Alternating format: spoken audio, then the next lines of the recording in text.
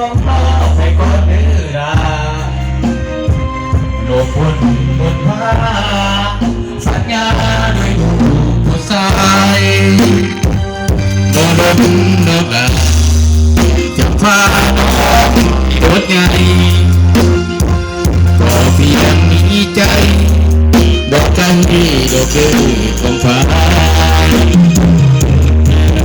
ห้องทางห้องสติ๊กเกอร์อากาศจะไล่จะมาหอดมาเนาะผมได้มีทัศนคติของเองก็ต้องเชิญจะจังเลยพี่น้องเขาวันซื้อแล้วกันที่ไปเนาะตอนเช้าเรื่องเนาะเรื่องไหนทุกคนดีวันในงานเนาะมีแต่ต้องซื้อไปแก้เนาะประสบการณ์เด็กกันที่เรียนงานพวกเราขี่สองล้อไปก่อนเวลาโลกบนฟ้าสัญญาด้วยดูผู้ชายก็โดนนอกลาจะพาน้องที่รถใหญ่ก็เพียงมีใจบอกไปที่ดอกเบี้ยของฟ้า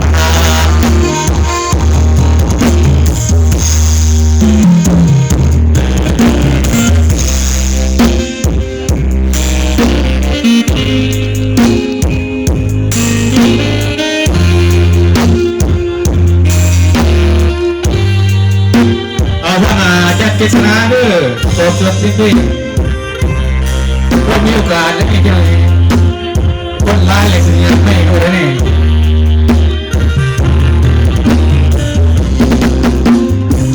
เอาต่อเลยเนาะเสียงเพลง